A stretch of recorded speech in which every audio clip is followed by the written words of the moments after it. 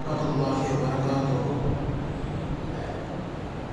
نحمد الله العظيم ونصلي ونسلم على الرسول الكريم. أما بعد، فقد قال الله تعالى في القرآن الكريم والفرقان المجيد بعد أعوذ بالله من الشيطان الرجيم.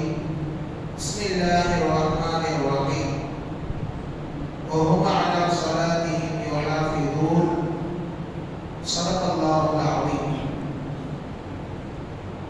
وقال رسول الله صلى الله عليه وسلم: أحب الأعمال إلى الله تعالى أدومها وإن قل. صدق رسول الله صلى الله عليه وسلم. رب اشرح لي صدري ويسر لي أمري واحلل عقدة من لساني يفقهوا قولي.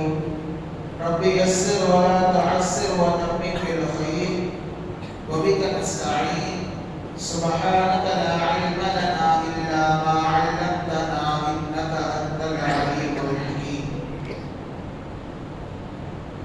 எல்லா புகழும் புகழ்ச்சியும் ஏக வல்லவனாகிய அல்லாஹ் ஜல்ல ஷானஹு வ தஆலா ஒருவருக்கே உரித்தானது.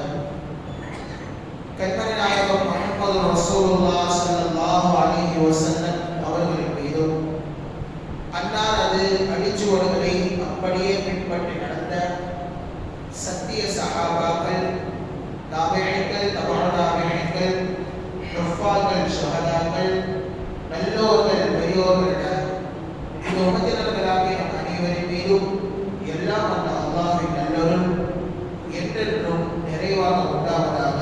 ஆமீன். சங்கை பொருந்திய ரமலான் மாதத்தின் இறுதி ஜும்ஆ இது. நேற்று சவுதியில் பிறை தென்பட்டு அவர்கள் தற்பொழுது பெருநாளை கொண்டாடி கொண்டிருக்கின்றார்கள். இன்ஷா அல்லாஹ் நாம் நாளை தினத்தில் பெருநாளை எதிர்கொண்டவர்களாக எதிர்பார்த்தவர்களாக இருக்கிறோம். எல்லாம் வல்ல இறைவன் வரக்கூடிய அந்த பெருநாளை நமக்கு சிறந்த நாளாக அல்லாஹ் தஆலா ஆக்கி தர முடிவானாக. அந்த நாளை ஒரு மாற்றத்திற்கு உண்டான ஒரு நாளாக எல்லாம் வல்ல இறைவன் நம் அனைவருக்கும் ஆக்கி தர முடிவானாக என்று சொல்லி, ரமலானுடைய கடைசி நாளில் அனைவருடைய உள்ளத்திலும் இந்த ஒரு சிந்தனை என்பது வந்துவிட வேண்டும். என்ன சிந்தனை? இந்த ஒரு மாத காலமாக நாம் தொழுதிருப்போம், நோன்பு நோட்டிருப்போம், ஜகாத்துகளை கொடுத்திருப்போம், அதிகமான தான தர்மங்களை எல்லாம் செய்திருப்போம். இதனுடைய அனைத்து கூலியும் நாளைக்கு நாம் கியாமத்தில் வாங்கவிருக்கிறோம். ரசூலுல்லாஹி ஸல்லல்லாஹு அலைஹி வஸல்லம் அவர்கள் பொதுவாக சொல்லிவிட்டார்கள், இந்த ரமலான் மாதத்தில் ஒரு ஃபர்தை செய்தால் 70 ஃபர்துகளை அல்லாஹ் தஆலா தருகிறார். ஒரு நஃபிலான வணக்கத்தை செய்தால் அதற்கு அல்லாஹ் தஆலா ஒரு ஃபர்தான வணக்கத்தினுடைய நன்மை அல்லாஹ் தருகிறார் என்று சொல்லி பொதுவாக ரசூலுல்லாஹி ஸல்லல்லாஹு அலைஹி வஸல்லம் அவர்கள் சொல்லிவிட்டாலும் அந்த நன்மைகளுடைய அளவு என்ன என்று சொல்லி நமக்கு தெரியாது.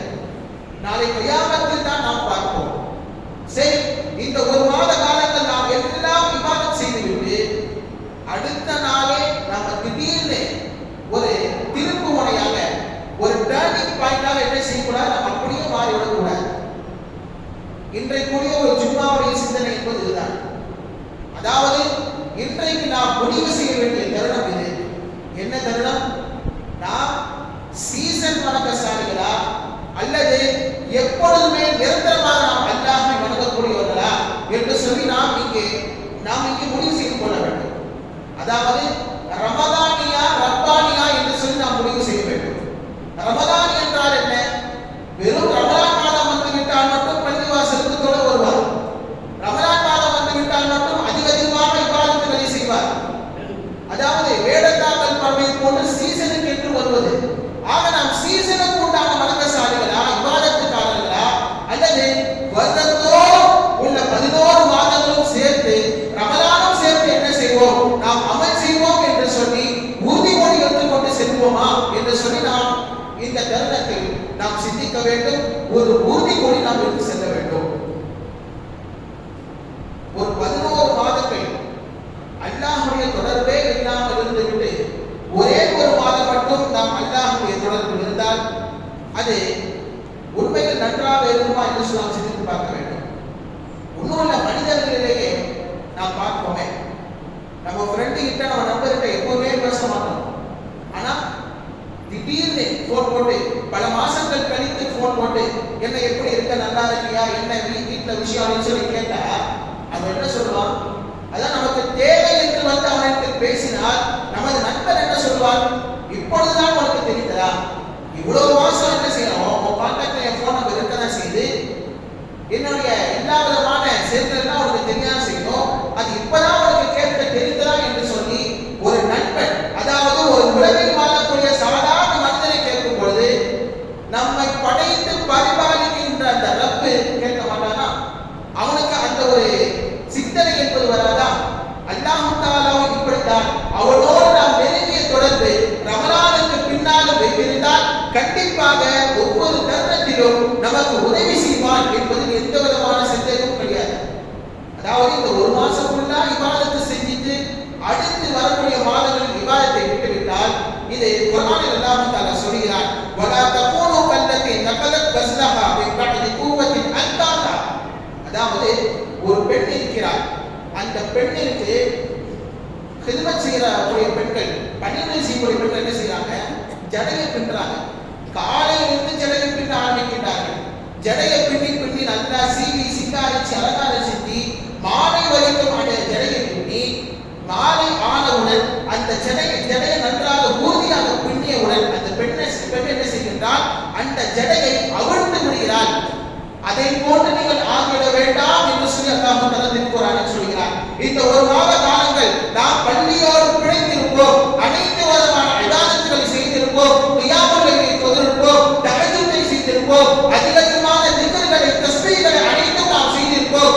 செய்துவிட்டு முடித்த பின்னால் அடுத்து பெருநாள் வந்த பின்னால் நீங்கள் என்ன செய்ய வேண்டாம், அப்படியே நீங்கள் அவிழ்த்து போட்டு ஒரேடியாக நீங்கள் தீனில் விட்டுவிட வேண்டாம் என்று சொல்லி அல்லாஹ் தஆலா திருக்குர்ஆனில் சொல்கிறார். ரசூலுல்லாஹி ஸல்லல்லாஹு அலைஹி வஸல்லம் அவர்கள் கூட ஹதீஸில் இதுதான் சொல்கிறார்கள். அன்னை ஆயிஷா ரலியல்லாஹு அன்ஹா அவர்கள் ஹதீஸை அறிவிக்கிறார்கள். கேட்கப்பட்டது ரசூலுல்லாஹி ஸல்லல்லாஹு அலைஹி வஸல்லம், ஐயல் அமால் அஹப்பு இலல்லாஹி தஆலா, அல்லாஹ்விடத்தில் மிகவும் பிடித்தமான அமல் எது என்று சொல்லி ரசூலுல்லாஹி ஸல்லல்லாஹு அலைஹி வஸல்லம் கேட்கப்பட்டது. நபி அவர்கள் இந்த ஒரு கேள்விக்கு பலவிதமான பதில்களை சொல்லி இருந்தாலும் ஒரு பதிலை தற்பொழுது இந்த சூழலை நாம் பார்க்க வைக்கிறோம். ரசூலுல்லாஹி ஸல்லல்லாஹு அலைஹி வஸல்லம் சொல்கிறார்கள், அது செய்யக்கூடிய அமல்கள் நிரந்தரமானதாக இருக்க வேண்டும். அந்த அமல் குறைவானதாக இருந்தாலும் சரி, அந்த அமல்கள் நிரந்தரமாக இருக்க வேண்டும் என்று ரசூலுல்லாஹி ஸல்லல்லாஹு அலைஹி வஸல்லம் சொல்லியிருக்கிறார். 2 ரக்காத் தான் தொழுகிறார். அந்த 2 ரக்காத் தொழுதும் கூட வருடம் முழுவதும் தொழ வேண்டும். அல்லது கையில் இருக்கக்கூடிய 10 5 அல்லது 100 என்ன செய்கிறார், சதகாவை கொடுக்கிறார். அது வருடம் முழுவதும் அந்த சதகா இருக்க வேண்டும். ஒரேடியாக லட்சமாக கொடுத்துவிட்டு வாசல்களை மூடுவது என்பது சிறந்ததல்ல.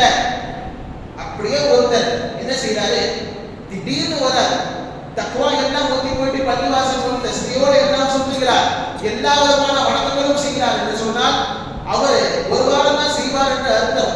தக்வா என்பது உடனே வந்து விடாது, படிப்படியாகத்தான் வரும். ஆக இந்த ரமலான் மாதத்தில் அல்லாஹ் தஆலா சொல்லக்கூடிய விஷயம் என்னவென்று சொன்னால், லஅல்லகும் தத்தகூன், நோன்பு என்பது எதற்காக வேண்டி கடமையாக்கப்பட்டது என்று சொன்னால் உங்களுக்கு தக்வா வர வேண்டும் என்ற காரணத்தினால், இறையச்சம் உங்களுக்கு வரும் என்று சொல்லி அல்லாஹ் தஆலா சொல்கிறார். இந்த ஒரு மாதம் முழுவதுமாக நமக்கு அல்லாஹ் தஆலா இறையச்சத்தை கொடுத்து விட்டால் அந்த இறையச்சத்தை இனி வரக்கூடிய 11 மாதங்களும் நாம் பயன்படுத்த வேண்டும் என்று சொல்லி இங்கே நமக்கு ரசூலுல்லாஹி ஸல்லல்லாஹு அலைஹி வஸல்லம் அவர்கள் சொல்லி தருகிறார்கள்.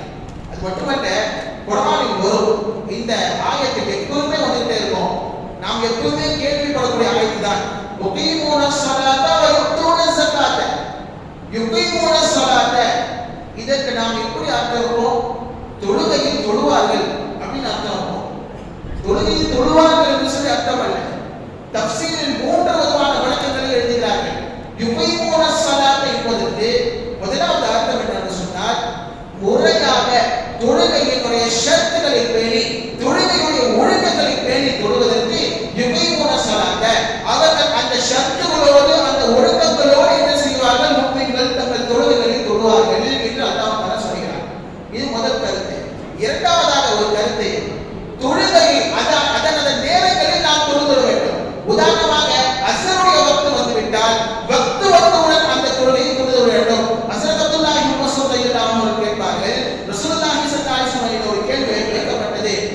அமலிலேயே சிறந்த அமல் என்று சொல்லி கேட்கும் பொழுது நபிகள் சொன்ன பதில் இதுதான், அஸ்ஸலாத்து அலா வக்திஹா, தொழுகையை அதன் நேரத்தில் தொழுவது சிறந்த அமலாக இருக்கின்றது என்று சொல்லி ரசூலுல்லாஹி ஸல்லல்லாஹு அலைஹி வஸல்லம் சொல்லியிருக்கிறார்கள்.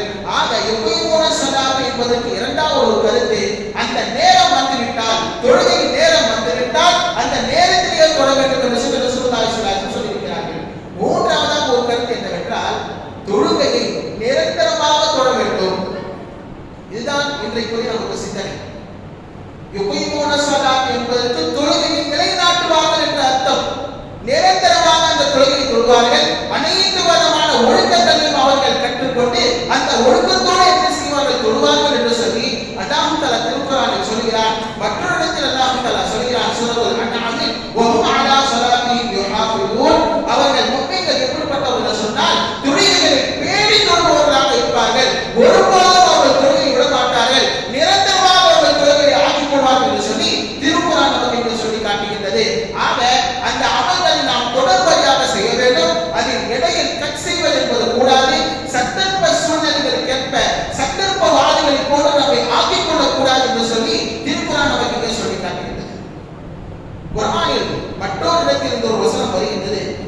அல்லாஹ் தஆலா மனிதனுடைய நிலையை பற்றி பேசுகிறார். குர்ஆனில் வரும், வைதா மஸ்ஸல் இன்சான லுர்ரு தஆனா, மனிதனுக்கு ஏதாச்சும் ஒரு சூழ்நிலை ஏற்பட்டது, ஏதாவது ஒரு கஷ்டங்கள் ஏற்பட்டு விட்டது, ஏதாவது ஒரு சஞ்சலம் ஏற்பட்டு விட்டது, ஏதாவது துக்கம் கவலைகள் ஏற்பட்டது சொன்னால் தானா, அவன் என்னை அழைக்கிறான். எப்படி அழைக்கிறான் என்று சொன்னால் பிஜம்பிஹி அவ்வாஇமா, படுத்தவனாக, உட்கார்ந்தவனாக, நடந்து கொண்டவனாக, அதாவது உருண்டுட்டு பரந்துட்டு அப்படின்னு சொல்லி எல்லா விதமான நிலையில் ரப்பை அவன் அழைத்துக் கொண்டே இருப்பான். ரப்பை என்னை பார்க்க மாட்டாயா, எனக்கு இவ்வளவு கஷ்டம் வந்துருச்சு, என்னை பார்த்து எனக்கு நீ கொஞ்சம் ரஹ்மத் செய்யி, எனக்கு நீ கிருபை செய் என்று சொல்லி அவன் என்ன செய்வான், மனிதன் என்னை அழைத்துக் கொண்டே இருப்பான்.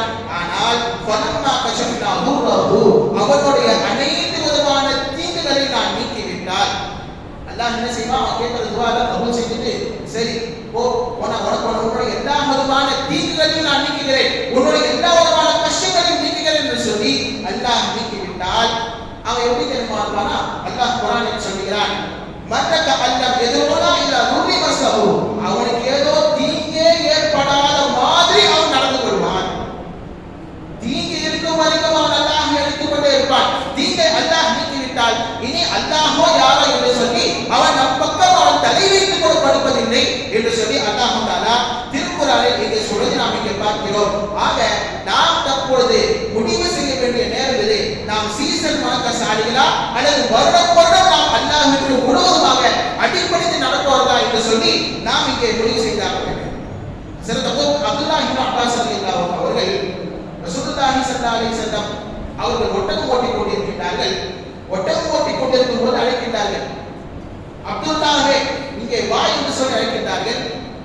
அதற்கு இப்னு அப்பாஸ் ரலியல்லாஹு அன்ஹு அவர்கள் லப்பைக் வ சஅலைக யா ரசூலல்லாஹ், இதோ நான் வந்துவிட்டேன், இதோ நான் ஆஜராகிவிட்டேன் என்று சொல்லி ஒட்டகத்திற்கு பின்னால் அமர்கிறார்கள் ரசூலுல்லாஹி ஸல்லல்லாஹு அலைஹி வஸல்லம். அப்பொழுது ஒரு சில உபதேசங்களை செய்கின்றார்கள்.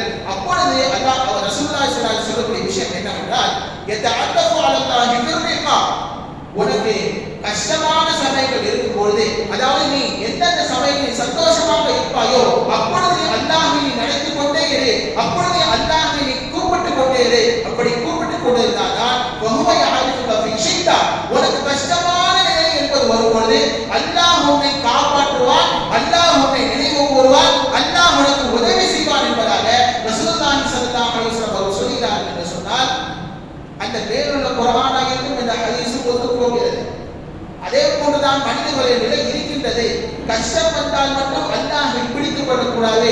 கஷ்டமோ சந்தோஷமோ, நமக்கு துக்கமோ துன்பமோ துயரமோ மகிழ்ச்சியான தருணமோ, அனைத்து விதமான தருணங்களிலும் நாம் அல்லாஹ்வை பற்றி பிடிக்க வேண்டும். மகிழ்ச்சியான தருணத்தில் அல்லாஹ்வை பற்றி பிடித்துக் கொண்டால்தான் நமக்கு ஒரு துக்கம் வரும்போது அல்லாஹ் என்ன செய்வான், நம்மை பாதுகாப்பான் என்று சொல்லி ஹதீஸ்களில் ரசூலுல்லாஹி ஸல்லல்லாஹு அலைஹி வஸல்லம் சொல்லி தருகிறார். கடலில் இரண்டு விதமான சம்பவங்கள் நடந்திருக்கின்றன. அதாவது ஒருத்தர் அல்லாஹ்வுடைய நல்லடியார், இன்னொருவர் காஃபிர். இரண்டவர்கள். அது ஒருத்தர் யாரு அப்படின்னா ஹஜ்ரத் யூனுஸ் அலைஹிஸ்ஸலாம். இவர்கள் அல்லாஹ்வுடைய பேச்சை கேட்காமல், அதாவது அல்லாஹ் கிட்ட ஒரு வார்த்தை சொல்லாம தங்கள் ஊரிலிருந்து புறப்பட்டு என்ன செய்து விட்டார்கள்? கப்பலில் ஏறி விட்டார்கள். கப்பல் நடுக்கடலில் இருக்கிறது.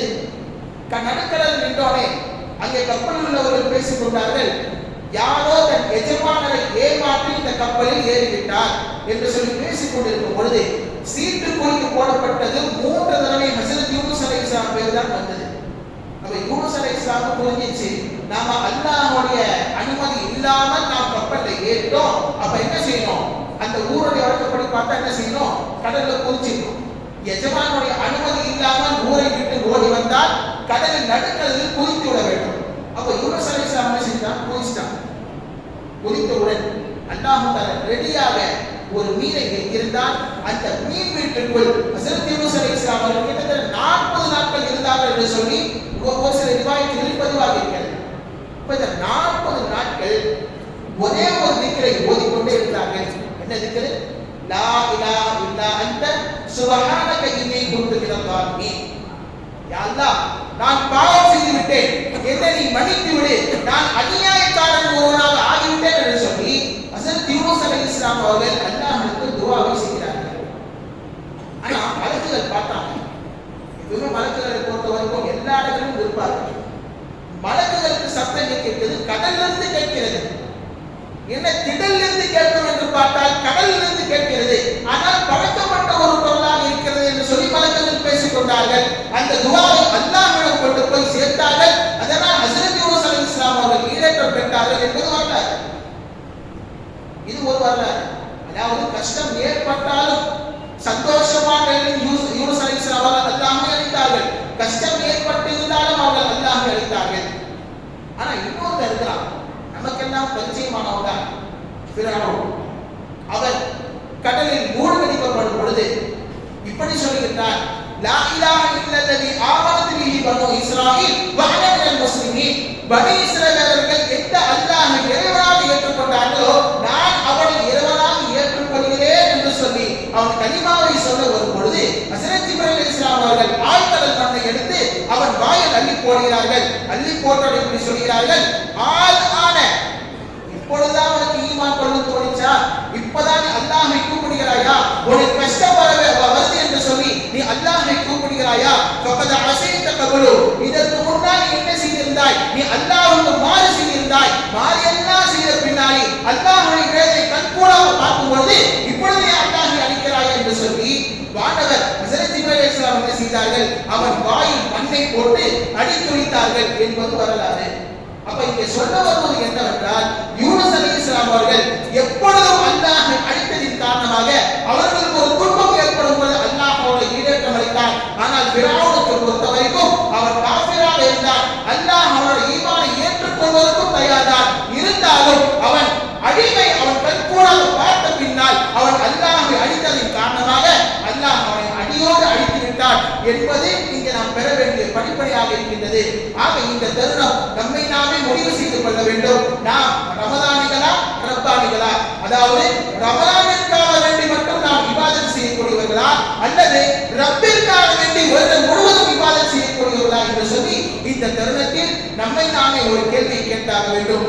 ஆக வரக்கூடிய இந்த பெருநாளை நாம் சிறப்பான முறையில் கொண்டாடுவதற்கு நாம் தௌஃபீக் அல்லாஹ் தந்தல் புரிவானாக. இனி வரக்கூடிய நாட்களிலும் பள்ளிவாசலோடு ஒரு தொடர்பை ஏற்படுத்திக் கொண்டு அனைத்து விதமான அமல்களை நிரந்தரமாக